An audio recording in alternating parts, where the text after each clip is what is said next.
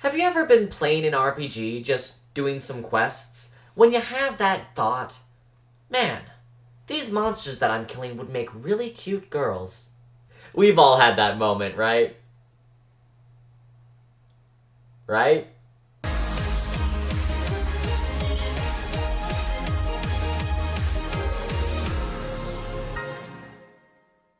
Hello, I'm Jacob Chimera, and welcome to the Anime Lookback at Winter 2017.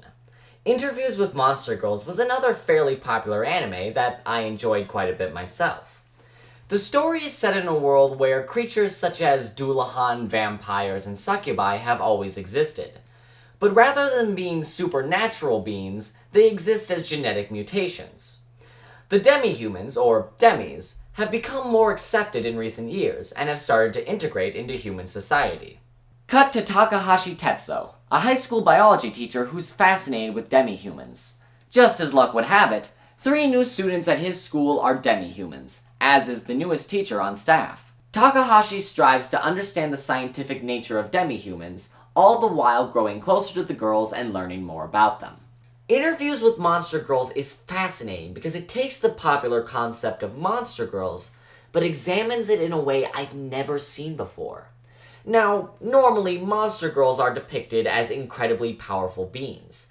Even when they appear in slice of life or romance series such as Monster Musume, they're still shown as being far stronger than any human in that world. However, this show does something very unique. This series depicts being a demi-human as more akin to a physical disability. Vampires suffer nutritional deficiencies that can only be taken care of by drinking blood. Dullahans have trouble getting around because their hands are full carrying their heads. Snow women can easily suffer from heat stroke. And succubi can't live near other humans for fear of their aphrodisiac effect impacting their neighbors. Even the way people treat the demi-humans in this show is comparable to how people treat the handicapped in real life. Trying to be nice, but still clearly being uncomfortable discussing their conditions. In fact, this entire series can be viewed as an allegory for the lives of people who have some form of disability.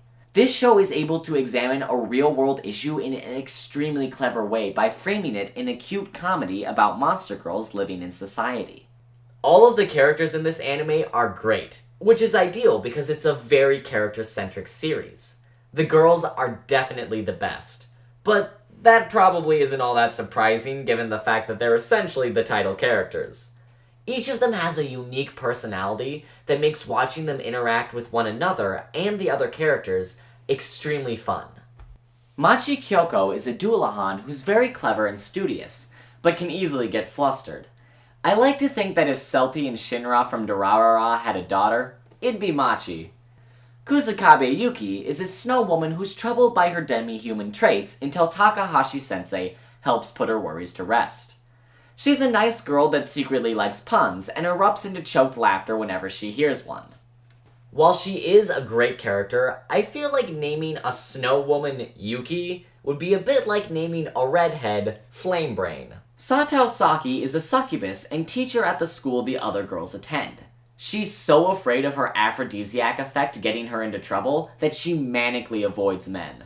But my favorite monster girl by far is Takahashi Hikari, the vampire.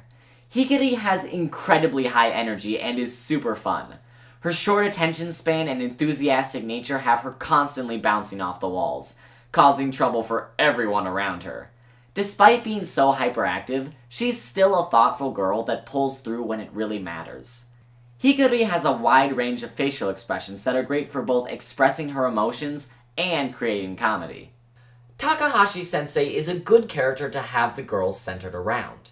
His inquiry nature is what leads him to meet the demi-humans, but his kind heart is what gets him to stick around and help them.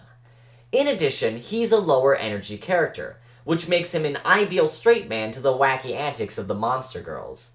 He also serves to explain the science behind demi-humans, and the nerd in me can't help but delight in all the scientific postulating he does.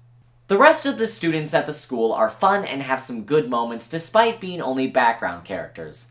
They're given an especially interesting set of scenes in episode 11 when they discuss how Takahashi has worked so hard to help the monster girls, inspiring them to try and understand the demi-humans better themselves.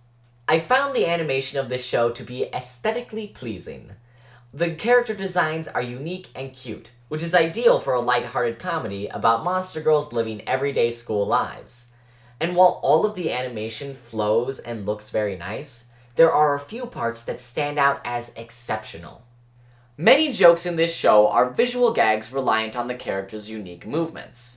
Sato's shuffling scuttles she does to get away from men, and Hikari's rapidly changing facial expressions are all effective thanks to the smoothly flowing animation.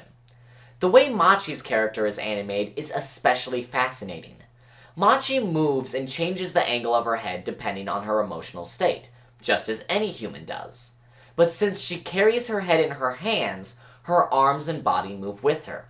The animation in this show does an exquisite job of making her movements look incredibly natural, so that she never appears awkward. Now, as much as I like interviews with monster girls, there is one element in it that I don't much care for. It is technically a harem anime. Now, for those of you who don't know what that is, a harem anime is when all the girls/guys in the show like a single central character. I don't like harem anime because the protagonists in them tend to be incredibly dense, so that they don't end up with any of the members of the harem. Meanwhile, all the members of the harem can have their development stifled by the fact they all need to like the same person. Now, to the credit of interviews with monster girls, the inclusion of the harem isn't terribly damaging. Takahashi not returning the girls' feelings makes sense in his situation, but I do feel like having this element was unnecessary. The heartfelt moments would have been just as effective if Takahashi was framed more as a familial or father figure than as a romantic figure. While this doesn't ruin the show for me, I felt like it was an unnecessary addition that certainly distracted from the main focus rather than contributing to it. Putting aside the one element I didn't much care for, I found Interviews with Monster Girls to be a fun and charming anime. The deeper themes that the show examines are complemented by the well-written characters. Put simply, it's clever, it's sweet, it's cute. This was one of the best anime of winter 2017, and I highly recommend it to each and every one of you.